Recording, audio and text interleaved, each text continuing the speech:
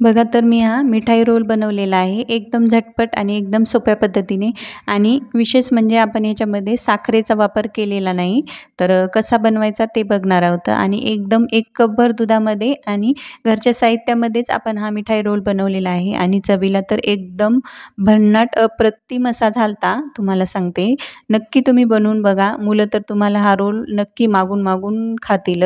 एवढा चविष्ट, एवढा भन्नाट असा आपला हा मिठाई रोल झालता. तर आता जास्त वेळ न गमावता आपण रेसिपीकडे वळूयात.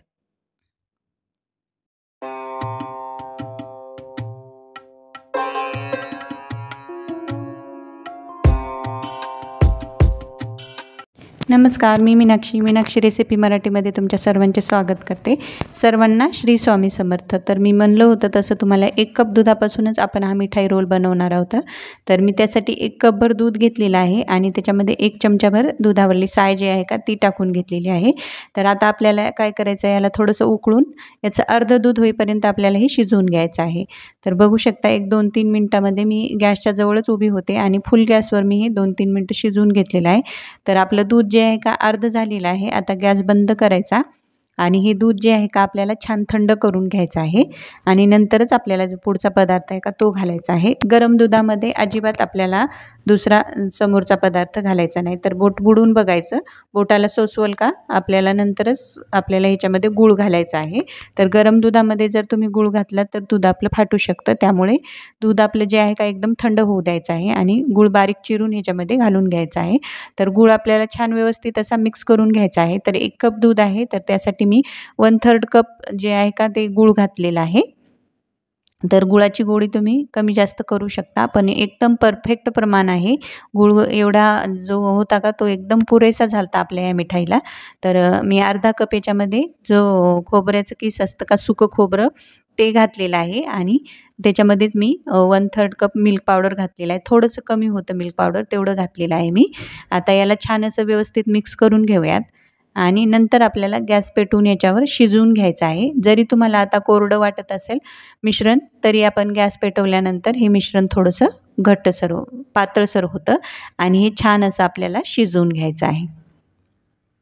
तर 1-2-3 मिनटं आपल्याला हे मिश्रण छान असं शिजवून घ्यायचं आहे, जेणेकरून त्याचे जे फ्लेवर्स आहे का ते पूर्ण असे आपल्या मिठाईमध्ये उतरतील दुधाचे आणि मिल्क पावडरचे. तर छान आपण याला 2-3 मिनटं शिजवून घेऊयात आणि एकदम झटपट एकदम 7-8 मिनिटातच आपली ही मिठाई तयार होते. तर मी तुम्हाला सांगणार नाही की एकदम अगदी 5 मिनिटातच होते, कारण 5 मिनिटात होत नाही. तर 7 ते 8 मिनिटं मला लागले होते ही मिठाई बनवायला. तर आता आपण याला छान असं मिक्स करून घेऊयात. तर बघू शकता घट्टसर आपला याचा गोळा तयार झालेला आहे आणि मिल्क पावडर पण छान असं दुधामध्ये शिजलेलं आहे. असं शिजवल्यानंतर त्याची चव जी आहे का ती खूप छान अशी उतरते आपल्या मिठाईमध्ये. तर ह्या रक्षाबंधनला तुम्ही हा मिठाई रोल नक्की बनवून बघा.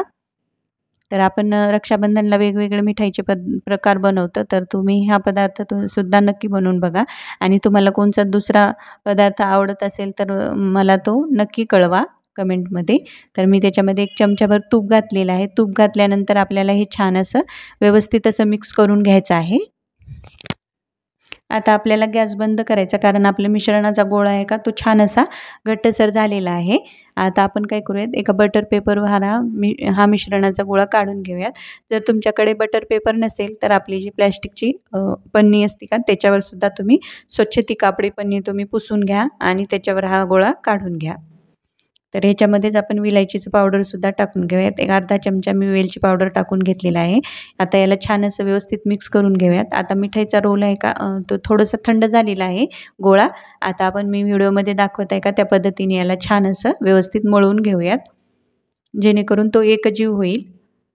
तर व्हिडिओमध्ये दाखवत आहे त्या पद्धतीने तुम्ही एकदा त्याचं व्यवस्थित असं त्याला मळून घ्या. तर तुम्हाला ह्याचे साधे पेढे जरी बनवायचे असतील तर तुम्ही ते सुद्धा बनवू शकता, पण मी याचा रोल बनवलेला आहे. आता मी थोडंसं मिश्रण आहे का काढून घेतलेलं आहे आणि त्याच्यामध्ये पिवळा फूड कलर टाकून घेतलेला आहे आणि त्याला छान असं व्यवस्थित असं मिक्स करून घेऊयात. तर तुम्ही याच्यामध्ये ड्रायफ्रूट काही घालायचे असतील तर ते सुद्धा घालू शकता, पण मी प्लेन हा रोल आहे का ते बनवला होता, कारण असाच खूप मस्त असा लागू लागला चवीला. तर आता आपल्याला याचा व्यवस्थित असा गोळा करून घ्यायचा आहे आणि याचा एक रोल तयार करून घ्यायचा आहे. आणि आपण जो अगोदर मळून घेतलेलं होतं का, त्याचं मी व्हिडिओमध्ये दाखवत आहे त्या पद्धतीने त्याची चपाती लाटून घ्यायची. तर मी अगोदर बटर पेपरवर असं लाटण्याने लाटून घेतलं आहे आणि नंतर मी तसंच लाटणं त्याच्यावर फिरवून घेतलं आहे. अजिबात लाटण्याला हे मिश्रण चिटकत नव्हतं. तर मी याची छान एक आपण चपाती रेग्युलर साईजची बनवतो का, त्या पद्धतीने त्याचा रोल बनवून चपाती बनवून घेतलेली आहे आणि व्हिडिओमध्ये दाखवत आहे का, त्या पद्धतीने तुम्ही त्याचा रोल बनवून घ्या.